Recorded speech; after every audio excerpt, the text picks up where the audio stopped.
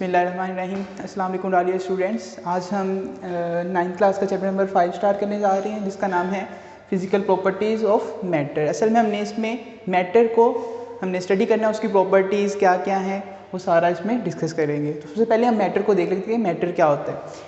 Matter की definition ये है कि anything that has mass and occupy some space, मतलब कोई भी चीज़ कायनात में जो नज़र आ रही है, जो नज़र नहीं भी आ रही, जो वज़न रखती है और जगह घेरती है, हम उसको मैटर का नाम देते हैं। जिस तरह आप ये आपका बोर्ड मार्कर है, खुद बोर्ड जो है, फिर आप खुद सारे ही मैटर्स हैं, क्योंकि हमारा वज़न भी है और हम जगह भी घेरते हैं। अब इसकी टाइप्स देख लेते हैं कि मैटर की टाइप्स कौन कौन सी हैं। 3 आपके पास टाइप्स हैं, सॉलिड, लिक्विड और गैस। अब ये जो टाइप्स हैं ये किसकी बिना पर की गई हैं? इसकी बिना पर की गई हैं कि उनके जो मॉलिक्यूल्स हैं जिनसे मिलकर वो चीज़ें बन रही हैं वो कितने क्लोज हैं, उनके दरमियान फोर्सेस कितनी हैं।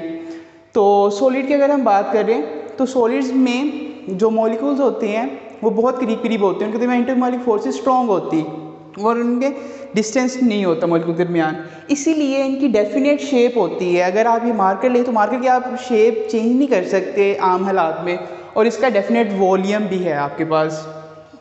तो सॉलिड मैटर की वो टाइप है जिसकी डेफिनेट शेप और डेफिनेट वॉल्यूम होता है। लिक्विड की अगर हम बात करें तो इसमें मॉलिक्यूल जो हैं वो थोड़े से दूर दूर होते हैं, रैंडम मोशन में होते हैं थोड़े से, इसलिए ये क्या है, इनडेफिनेट शेप है, मतलब इसकी अपनी कोई शक्ल नहीं होती। अगर आप एक गिलास पानी का लें और उसको एक किसी बड़े बर्तन में डाल दें तो वो उसकी शक्ल का हो जाएगा। अगर आप उसको बोतल में डाल दें वो बोतल की शेप का हो जाएगा। तो इससे जाहिर होता है कि जो लिक्विड हैं उनकी कोई अपनी शेप नहीं होती, लेकिन हाँ उनका डेफिनेट वॉल्यूम ज़रूर होगा। अगर आपके पास एक गरवी दूध है, अगर आप उसको बोतल में डालें या किसी बड़े बर्तन में डालें तो वो ज़्यादा नहीं हो जाएगा, वो एक गरवी ही रहेगा। तो डेफिनेट वॉल्यूम है कि इसका वॉल्यूम जो है वो ख़ास होता है। गैसेस अगर हम बात करें तो इनमें जो मॉलिक्यूल्स हैं वो बहुत ही दूर दूर होते हैं सॉलिड और लिक्विड की निस्बत। ज़्यादा दूर होने की वजह से उनमें इंटरमॉलिक फोर्सेस ना होने के बराबर होती हैं, फोर्स ऑफ रिएक्शन नहीं होती मॉलिक्यूल के दरमियान। इसी वजह से इनडेफिनेट शेप है, मतलब कि उनकी कोई शेप तो नहीं होगी। अगर आप हवा है उसको आप सिलेंडर में बंद कर दें या कमरे में अगर उसको हो तो क्या है कि उसकी कोई शेप नहीं होगी, वो सारी की सारी जगह भी घेर लेगी, तो इसका कोई अपना वॉल्यूम भी नहीं होगा। आप जिसमें किसी गैस को रखें वो उसी की शेप का हो जाएगा और उतनी ही जगह घेर लेगा। तो ये आपके पास हैं, इनको हम गैसेस कहेंगे। गैसेस क्या है कि जिसकी इनडेफिनेट शेप और इनडेफिनेट वॉल्यूम होता है। तो ये तो हमने डिस्कस कर लिया टाइप्स ऑफ मैटर को सॉलिड, लिक्विड और गैसेस में। हम बारी बारी चैप्टर में सबको ही डिस्कस करना है। तो जो फर्स्ट हमारा जो स्टार्ट करेंगे वो गैसेस है। टिपिकल प्रॉपर्टीज़ ऑफ गैसेस के गैसेस में की कौन कौन सी प्रॉपर्टीज़ हैं। सबसे पहले है डिफ्यूजन। डिफ्यूजन का मतलब होता है कि गैस के मॉलिक्यूल्स का रैंडम मोशन के साथ स्पॉन्टेनियस मिक्सअप होना, और मिक्सअप होंगे, कोलाइड होंगे तो बाद में वो होमोजेनियस मिक्सचर बनाएंगे। इसकी एग्जांपल ये है कि आप अगर परफ्यूम है उसको आप स्प्रे करते हैं रूम में, तो वो जो उसके जो मॉलिक्यूल्स हैं वो रैंडम मोशन से पूरे रूम में फैल जाते हैं और एक होमोजेनियस मिक्सचर बना लेते हैं। तो असल में डिफ्यूजन इसी का नाम है कि मॉलिक्यूल्स का स्पॉन्टेनियस रैंडम मोशन से मिक्स होना और मिक्स होने के बाद वो होमोजेनियस मिक्सचर बनाएंगे। तो ये उसकी डेफिनेशन है जी। Spontaneous mixing up of molecules by random motion and collision to form homogeneous mixture. अब इसमें यह भी है कि जो हल्की गैसेज होती हैं, जिस तरह से हाइड्रोजन है वो ज़्यादा तेज़ी से डिफ्यूज़ करती हैं, और जो बारीक गैसेज हैं जिस तरह उसने ऑक्सीजन की एग्जांपल दी है वो उसकी डिफ्यूजन जो है वो कम है। आगे हमारे पास इफ्यूजन।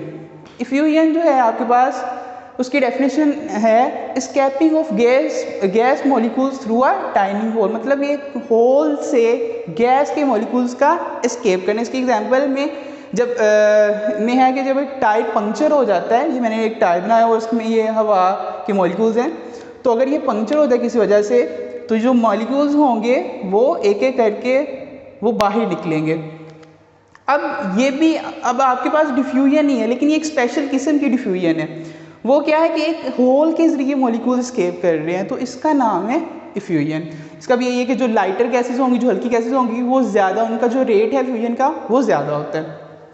आगे हमारे पास प्रेशर है। प्रेशर क्या है प्रेशर हमारे पास जब हम फोर्स को पर यूनिट एरिया लेते हैं, मतलब वो वाली फोर्स जो एक पर यूनिट एरिया, एक यूनिट सरफेस एरिया पे जो लग रही है, हम उसको, उस फोर्स को हम कहते हैं प्रेशर।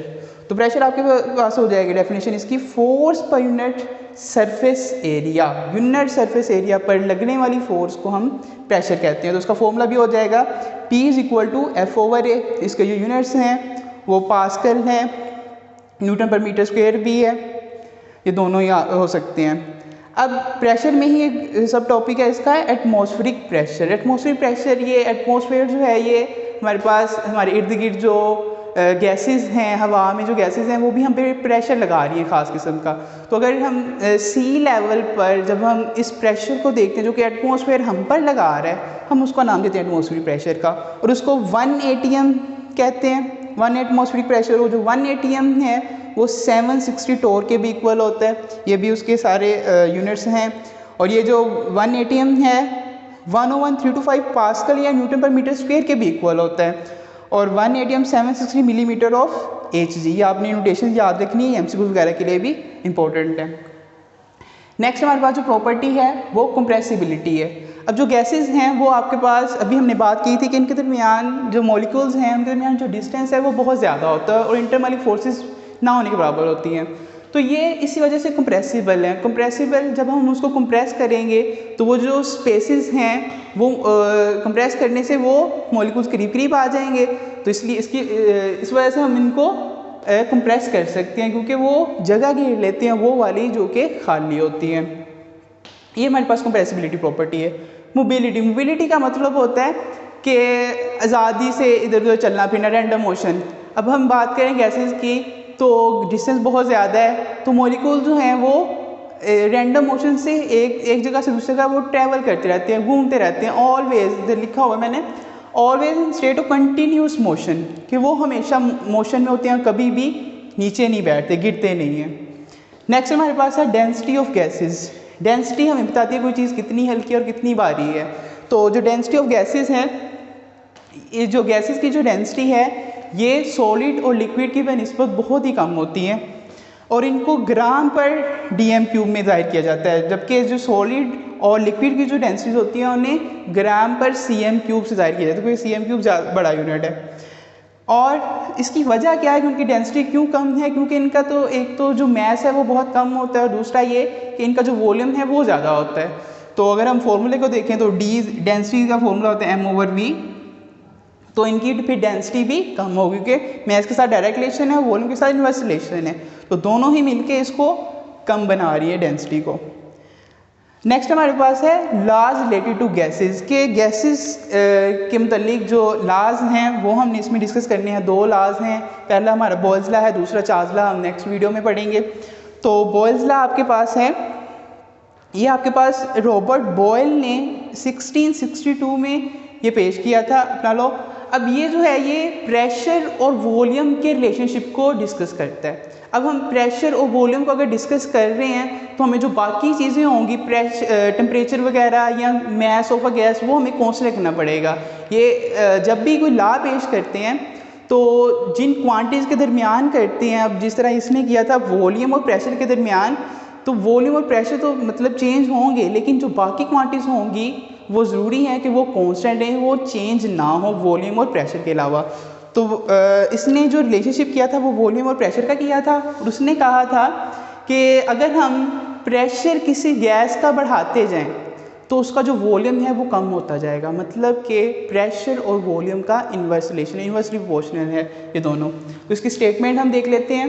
स्टेटमेंट में ये है, volume of given mass of a gas is inversely proportional to its pressure provided the temperature remains constant. मतलब कि जो given mass of a gas है, मतलब कि उसका जो गिवन मैस है कि हमने कोई ओवर ऐड नहीं करना, जो दिया गया उसी पे हमने प्रेशर अप्लाई करना है। वो जो उसका जो वॉल्यूम होगा वो प्रेशर के इन्वर्सली प्रोपोर्शनल होगा, बशर्ते कि उसका जो टेम्परेचर है वो कांस्टेंट रहे। तो इन दोनों के बीच इन्वर्स रिलेशन है। तो मैथमेटिकली देख लेते हैं। मैथमेटिकल में आपको पता है कि जब भी हम इन्वर्स रिलेशन लिखते हैं तो वो बटे में लिखते हैं 1/, की फॉर्म में। अगर डायरेक्ट लिखना हो तो वो हम सीधा सीधा लिख देते हैं, इन्वर्स में नहीं लिखते। तो ये इन्वर्स हैं। तो volume inversely proportional to pressure 1/p, ये लिखने का तरीका है। फिर अगर इसको ख़त्म करें वही रूल कि हमें इज इक्वल टू लगाना पड़ता है और एक कांस्टेंट चाहिए होता है, हमने वो दोनों लगा दिए। अब p को इधर ले आए तो P V is equal to K बन जाएगा। अगर हम ये करें हमारे पास एक सिस्टम है, उसका कुछ वॉल्यूम है, हमारे पास गैस है, उसका वो वॉल्यूम है और उसका कोई प्रेशर भी है, अब उनको मल्टीप्लाई करेंगे तो हमारे पास कुछ आंसर आ जाएगा, के आ जाएगा फ़र्ज़ करें। ये हमारे पास इनिशियल है। फिर अब हम क्या करते हैं, उसका प्रेशर चेंज करते हैं। प्रेशर चेंज करने से अभी हमने बात की कि वॉल्यूम चेंज होगा तो उन दोनों का दोबारा प्रोडक्ट लेंगे। अब इस लॉ के मुताबिक जो पी वी जो है ये के बराबर है, मतलब इनका प्रोडक्ट जो है वो कांस्टेंट रहेगा। ये वो अगर प्रेशर बढ़ाएंगे तो वॉल्यूम को कम होना पड़ेगा ताकि ये कांस्टेंट आंसर आए हमारा। तो हमने इस तरह से दो सिस्टम लिए, P1 V1 is equal to के, ये इनिशियल है, जो फाइनल है वो P2 V2 वो भी कांस्टेंट के इक्वल होगा। अब ये दोनों कांस्टेंट आपस में इक्वल हैं तो इनकी जो लेफ्ट हैंड साइड्स हैं, जो वेरिएबल्स की लेफ्ट हैंड साइड है वो भी आपस में इक्वल होनी चाहिए। तो P1 V1 is equal to P2 V2, ये हमारे पास ये इसका मैथमेटिकल फॉर्मूला है बोल्स लॉ का। अब थर्ड पे हमारा एक्सपेरिमेंटल वेरिफिकेशन, कि हमने एक्सपेरिमेंट से इसको वेरीफाई करना है क्या ये ठीक है या नहीं। अब हमने क्या किया, हमने एक सिलेंडर लिया हुआ है और उस पर कुछ प्रेशर अप्लाई किया हुआ है, कोई पिस्टन वगैरह रखा हुआ है। अब पहली जो फिगर नज़र आ रही है आपको, उसका जो ये जो गैस फिल की हुई है इसका जो वॉल्यूम है वो 1 dm³ है, उसका जो प्रेशर अप्लाई किया है वो 2 atm का। अभी हमने बात की एटमॉस्फेरिक प्रेशर जो होता है 180, इधर 180 हमने लिखा वो 1 atm होता है। अब हमने जो अप्लाई किया वो 2 atm का है। जब प्रेशर अप्लाई किया 2 atm का तो उसका जो वॉल्यूम है वो 1 dm³ है। अब ज़रा प्रेशर को चेंज करते हैं। अब प्रेशर हमने डबल कर दिया, 4 atm कर दिया, तो अब उसका जो वॉल्यूम है वो देख रहे वो 0.5 dm³ कम हो गया, क्योंकि हमने देखा था कि प्रेशर अगर बढ़ाएंगे तो वॉल्यूम कम होगा। तो हमें नज़र भी आ रहा है कि वॉल्यूम कम हो गया, पहले 1 था अब 0.5 हो गया। अब मज़ीद अगर हम प्रेशर अप्लाई करते हैं 6 atm का तो जो वॉल्यूम है वो और ज़्यादा डिक्रीज़ होगा, वो 0.33 dm³ हो गया। अब अगर मज़ीद इसको करें हम, जो 4 फिगर में नज़र आ रहा है, हमने 8 atm का 4 गुना ज़्यादा प्रेशर हमने अप्लाई किया है, तो जो वॉल्यूम है वो रिड्यूस हो गया, 0.25 dm³ हो गया। अब चारों हमारे पास 4 कंडीशंस हैं, हम सब पे बोल्स लॉ लगा कर देखते हैं हमारा आंसर क्या आता है। तो पहले के लिए P1 V1, जो P1 है वो 2 atm था और जो वॉल्यूम आया हमारे पास वॉल्यूम था वो 1 dm³ है, मल्टीप्लाई किया तो 2 atm dm³ आंसर है। ये पहली कंडीशन के लिए। दूसरी फिगर में P2 V2, अब इसमें प्रेशर जो था वो 4 atm था और जो वॉल्यूम आया है वो 0.5 है। अगर इन दोनों को मल्टीप्लाई करें तब भी हमारा आंसर 2 atm dm³ आएगा। फिर थर्ड केस में लेते हैं। थर्ड में P3 जो है वो 6 atm है और जो वॉल्यूम है हमारा वो 0.33 है, जब इनको मल्टीप्लाई करेंगे तब भी 2 atm dm³। फिर फोर्थ केस में हमने जो प्रेशर अप्लाई किया था वो 8 atm है और जो वॉल्यूम जो रिड्यूस हुआ था वो 0.25 है। अब इन दोनों को अगर मल्टीप्लाई करते हैं तब भी हमारा आंसर 2 atm dm³ आता है। अगर हम देखें तो बोल्स लॉ के मुताबिक जो प्रोडक्ट होता है प्रेशर और वॉल्यूम का वो कांस्टेंट आता है। अब हमने 4 डिफरेंट केसेस लिए थे और दोनों का प्रोडक्ट किया था, P और V का, प्रेशर वॉल्यूम का, और सबका आंसर सेम आ रहा है। इसका मतलब है कि ये एक्सपेरिमेंट के मुताबिक ये जो लॉ है ये वैलिड करता है हमारे पास। ये था हमारा चैप्टर नंबर 5, बाकी हम इंशाल्लाह नेक्स्ट वीडियो में देखेंगे।